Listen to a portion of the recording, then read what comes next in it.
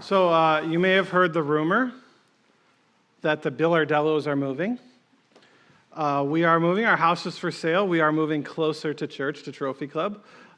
We found a house. We put an offer on it. It's been accepted. We've gone through the inspection, and all is happening. And we are going to be 6 minutes from church, which is so much better than 26 minutes, being that I drive here usually twice a day. So I figured that's an hour and a half in my car. Instead, now it'll be a half hour. And Michelle, who drives every week to McKinney and Allen and Rockwall and all those other places on the other side of the world that I try not to go to, she'll be much closer to home as well. And so one of the process of putting our home on the market is going through all of our junk, going through all of our stuff, and staging the house and getting rid of what we don't need anymore. And I was going through some of my clothes and looking at my shirts, and I was kind of shocked by how much my shirts say about my personality, about who I am. And so I brought a few today that I'd like to go with you, share with you. The first is my Muhammad Ali shirt. Float like a butterfly, sting like a bee. Many of you have heard the story about the time I met Muhammad Ali when I was younger and how important that meeting was for me. And he became somebody that I came to admire because there was such a genuine interest in me. When I was a kid, when I met him when I was 10 years old, he was so kind and generous with his time. I think we spent an hour together eating lunch. And he was just doing magic tricks and just the neatest guy. And so I've always admired him. And so I got a shirt, a Muhammad Ali shirt that I wear. I also have it's a company. It's called Big Ape Athletics. And it's a guy who does powerlifting. He teaches people powerlifting. And I don't know if you remember a couple years ago, but I got really into powerlifting. And I got to the point where I was stronger than I had ever thought I'd be in my life. And this shirt represents setting goals and doing things that I never thought that I'd be able to do. The amount of weight that I could bench press before I hurt my shoulder was never something that I ever thought I'd be able to do. The amount of weight. And if you don't believe me, I've got a video of it. So this shirt represents my ability to set goals and accomplish things. And then, of course, I have to have a Detroit Tigers baseball shirt, right? Baseball season has started. The Tigers are playing well. They're 3-1. I've been a Tigers fan my whole life. The very earliest memories of my life have to do with the Tigers winning the World Series. Just so much fun my whole life to be a Tigers fan. And they haven't always been good. They've been bad, but their worst season, I had season tickets. When they almost set a record for being the worst baseball team in the history of baseball, I had season tickets. But those season tickets led to World Series tickets in 2006. I've been a Tigers fan my whole life, and I will always be a Tigers fan, and I love watching the Tigers, and I'm so glad the baseball season has started, because for the next 5 or 6 months, every day, I'm going to know what's going on with the Tigers. Every time they're playing, I'll be keeping track of the game. It's how I spend a lot of my time in the summer. Baseball, the Tigers. And then a shirt that I got yesterday that you might notice is not really going to fit. The Cowtown brush-up. I had several Great Day of Service shirts that have been turned into a quilt. Thank you, Linda. But I have so many shirts about service projects, and I love keeping my shirts for my service projects that I can look at and remember the people that I've served and the things that I've done.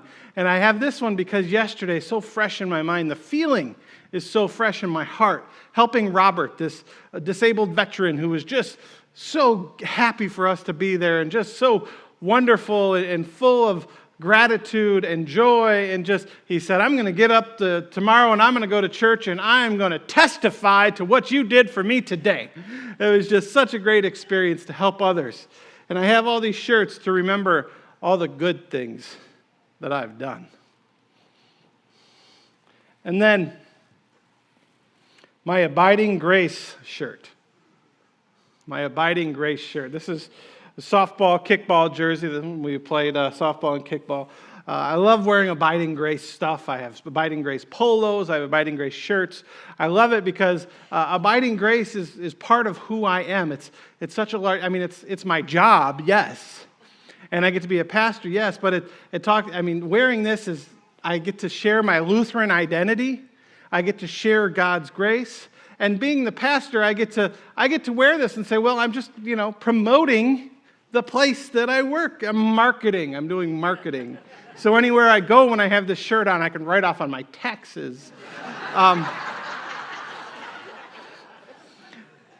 But this represents my theological understanding of who God is. My theological understanding that I believe to be right. And I will have a conversation with any other pastor in our community, and I will stand firm in my faith because I am Lutheran, and Lutheran theology, I believe, is right. It makes sense to me. My seminary professor used to say, when we get to heaven, everyone is going to learn that Lutherans were right. But it's not going to matter at that point.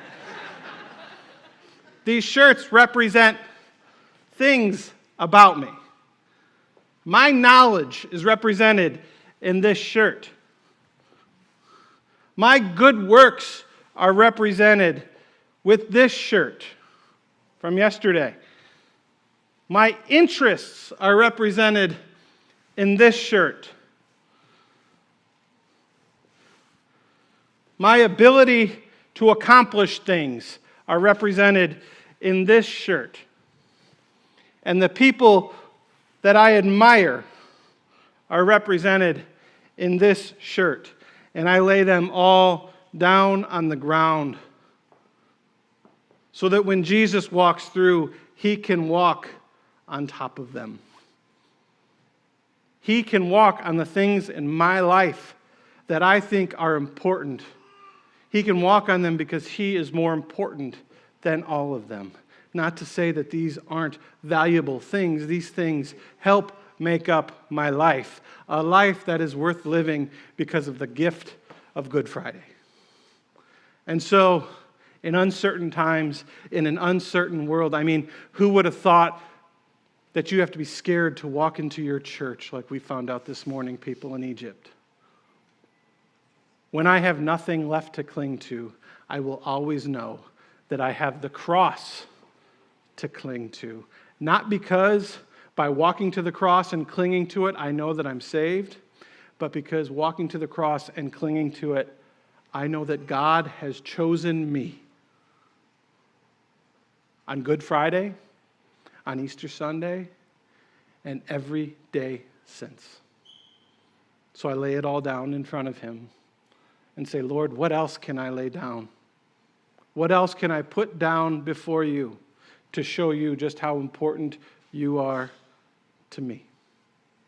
And as we enter into Holy Week, I ask you to ask yourself that very same question. Amen.